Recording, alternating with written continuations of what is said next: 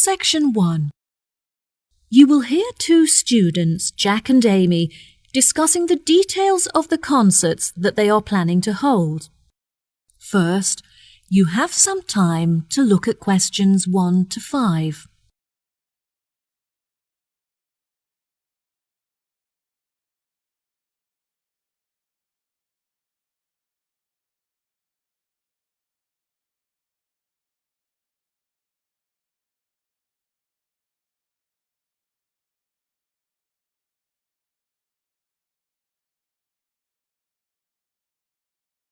You will see there is an example that has been done for you. On this occasion only, the conversation relating to this will be played first. Oh, hi, Jack. Thank you for coming to discuss the details of the concert. It's a real help. No problem, Amy. I'm looking forward to throwing some ideas around. Shall we order coffee before we begin? Yes, I'll have a cappuccino, please.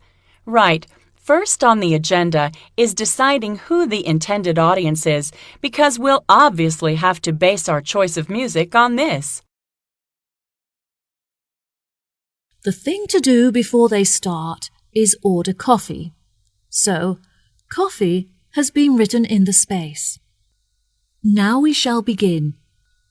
You should answer the questions as you listen, because you will not hear the recording a second time.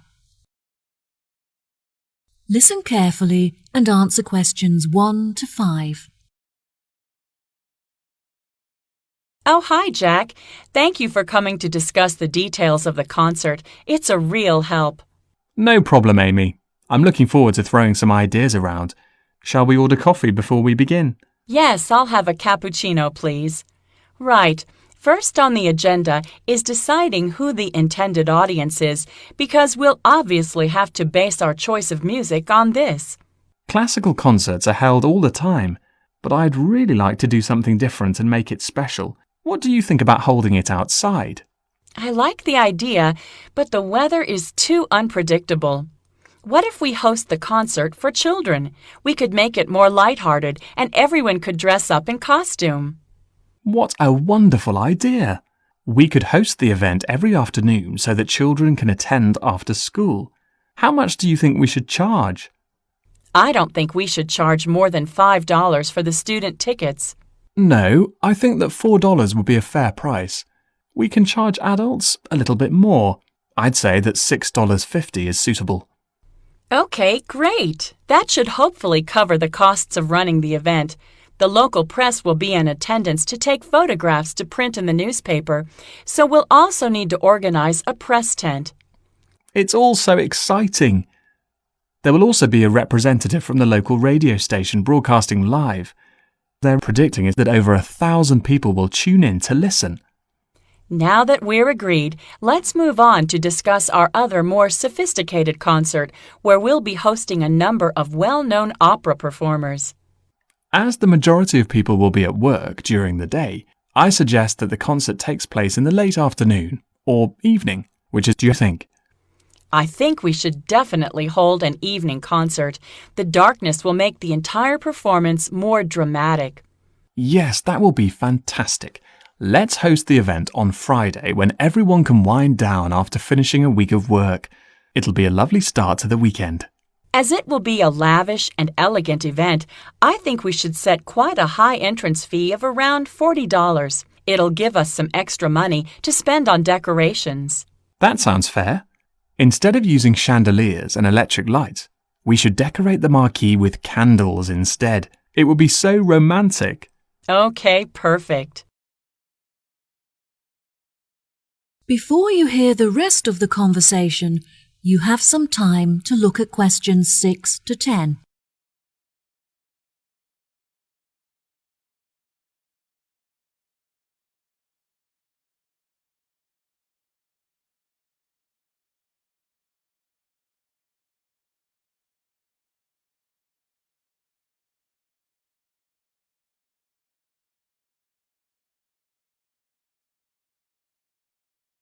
Now listen and answer questions 6 to 10. Now, moving on to the concert where we showcase talented opera singers from the local area. Perhaps we should host this opera show on Monday evening? I think that the venue is already booked on Monday, but Tuesday will do nicely. How much do you think we should charge the audience for tickets? Since the performers are not professionals, perhaps we should make this a free event. Yes, tickets will be free, but we should ask everyone for a donation so that we can cover the costs of the venue and food and drink. The venue also comes complete with a piano, so hopefully one of the performers will be able to play. I had lessons when I was younger, but I'm not accomplished enough to perform in front of an audience. Well, what if we make our final concert a karaoke night where everyone of any ability can sing on stage? It could be really good fun, and it would give everyone the opportunity to join in. Yes, I love that idea. Let's hold it during the day on Saturday so that everyone, including families and the elderly, can attend.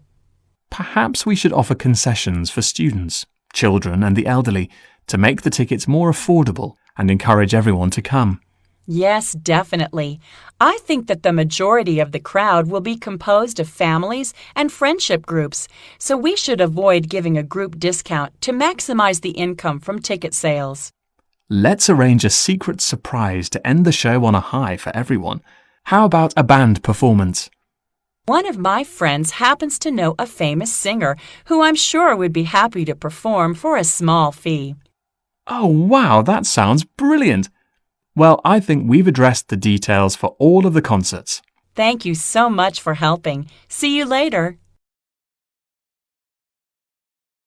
That is the end of section 1. You now have half a minute to check your answers.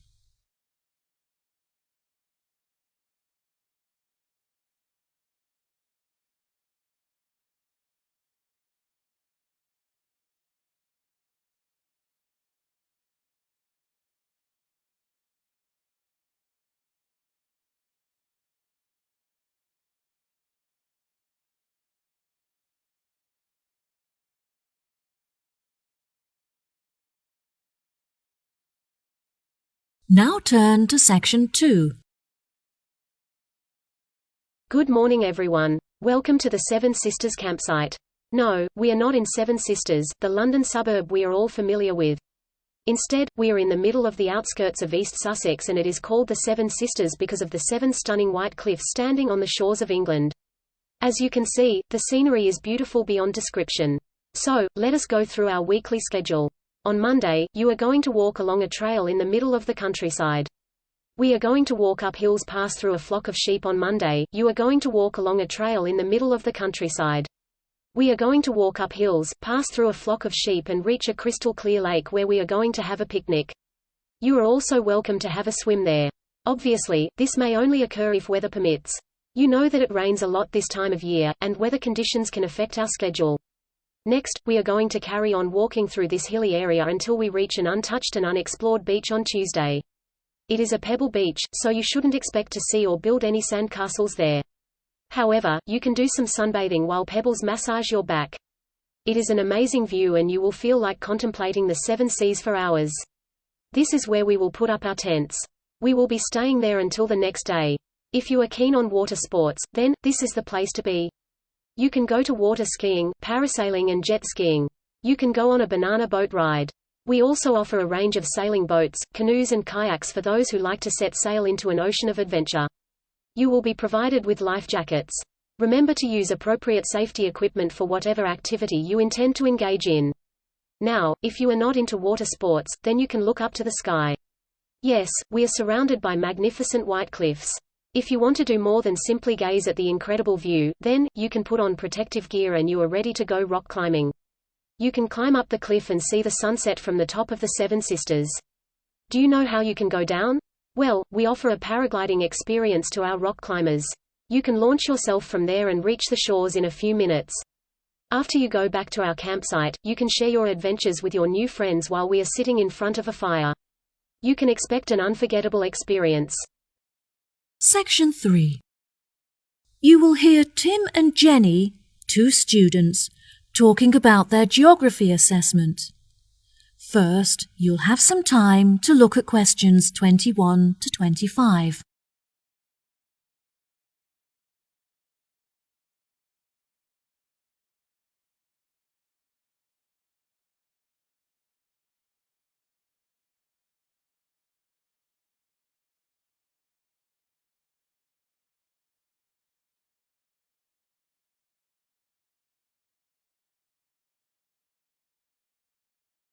Now listen carefully and answer questions 21 to 25.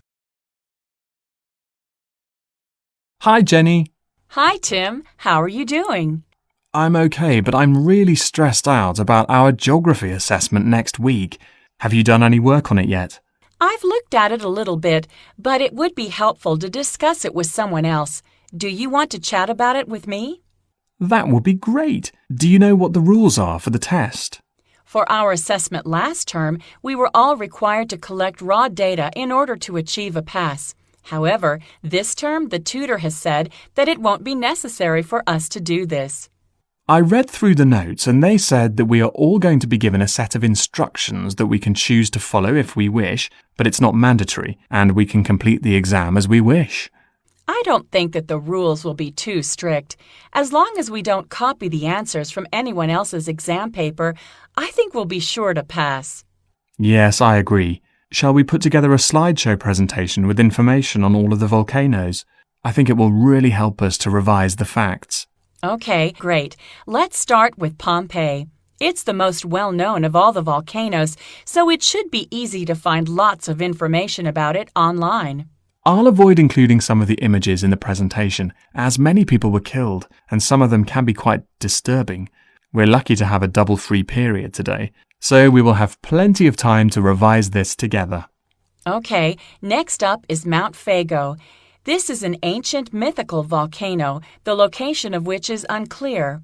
There are mountainous regions in both Mexico and the USA, both of which are rumored to be the site of this volcano. It's not very scientific to list two separate locations for one volcano, but since no one has been able to prove which is the correct one, we're left with no choice. It's interesting that there is no other example of a volcano in existence today that is surrounded by so much mystery. Absolutely. I think we should include some information about Mount Etna in Sicily, which is famous for the stunning panoramas that one can appreciate from its peak.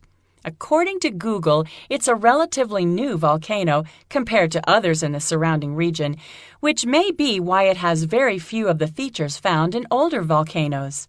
Oh, how interesting. Shall we include information on Mount Hurton?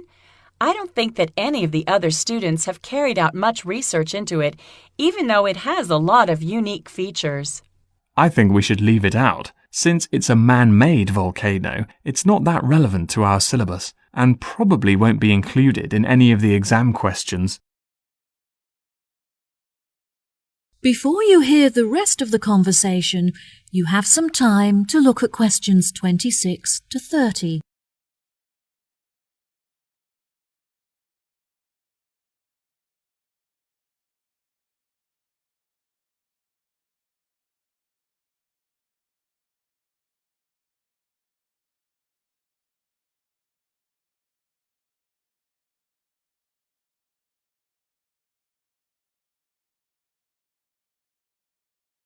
Now listen and answer questions 26 to 30. Have you gotten feedback from your tutor on your presentation last week? Yes, I have, but I don't think he was very impressed. He was satisfied by the amount of research that I had prepared before I started, but he criticized the fact that I was mostly summarizing the facts instead of giving my own opinion. Oh, that's a shame. It was frustrating that he criticized my work, but in the end I learned a lot from my tutor's feedback. He advised me that next time I should present my work as a short documentary film, which he thinks will help me to strengthen my arguments. What topic was your presentation based on? I chose to write about the lack of knowledge that most people have about volcanoes, and the fact that they see them in such a negative way. During documentaries and lectures, the scientific experts often neglect to mention the many positive features that volcanoes possess. That sounds really interesting. Well done. I think everyone enjoyed watching, but I was really nervous about talking in front of an audience. I also felt very underprepared, since I didn't finish writing the presentation until the night before, and therefore had no time to rehearse it. I'm sure it was great. Is there any other information that you think we should include in our slideshow for revision? Yes, I think it's important that we list all of the differences between active and extinct volcanoes, as there will definitely be a question on this topic. There are no documentaries on the subject, but there's a very informative website that discusses the geological structure of each volcano type. Okay, well, I'll continue collecting images and you can carry on with the online research. That is the end of section 3. You now have half a minute to check your answers.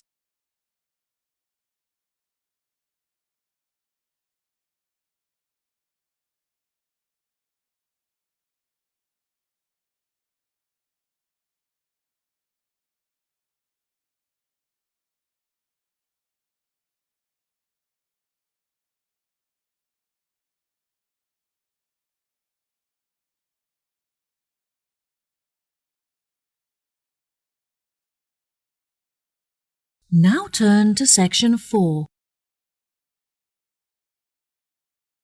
In today's lecture, we shall consider the importance of natural resources and the provision of renewable energy.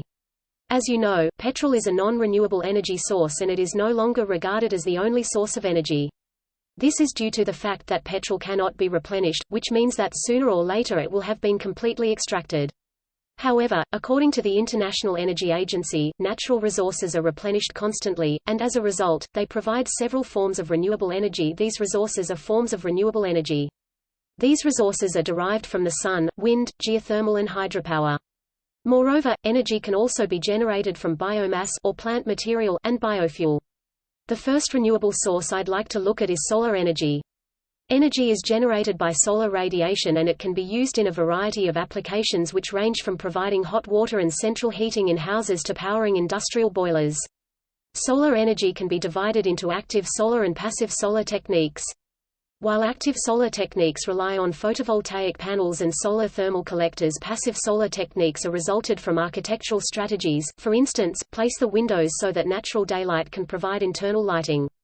The sun may also play an important role in biomass. When plants carry out photosynthesis, they absorb energy from the sun. They store solar energy and they release it as soon as they are burnt. In other words, plants act as a natural battery. Plants can also be grown specifically for energy production. Now let us consider wind turbines. It is estimated that wind energy increases 30% annually and it is generated from wind turbines, a device used from producing between 600 kilowatts and 5 megawatts of rated power. Wind turbines are normally located in offshore and mountainous areas where the wind is more constant. However, wind speeds are 90% higher in offshore regions than in high-altitude areas and they provide significant amounts of energy. Hydropower energy is generated from hydroelectric dams and they may produce 100 kilowatts of rated power. Hydropower energy may also be generated in rivers and oceans even though they are deprived of dams. In this case, run-of-the-river hydroelectric power has resulted from kinetic energy. Energy may also derive from the earth. This is known as geothermal energy and, as the name suggests, it is resulted from trapping the heat in volcanic locations. It may also be obtained from geothermal heat pumps or ground source heat pump (GSHP), a system that extracts heat stored in the ground. Geothermal energy is produced in countries such as New Zealand, United States and Chile. In 2000, 86% of Icelandic houses were powered by geothermal energy. Finally, biofuels are developed from biomass. They may be divided into solid biomass, liquid fuels and biogases. An example of liquid fuel is bioethanol, which is resulted from ethanol production from sugarcane. Bioethanol is used as a gasoline additive in the USA and Brazil. Another example of liquid fuel is biodiesel, which is made from vegetable oils, animal fats or greases. This biofuel is largely used as a diesel additive and reduce levels of carbon monoxide from diesel-powered automobiles in Europe. In 2010, 2.7% of the world's transport fuel was derived from biofuels.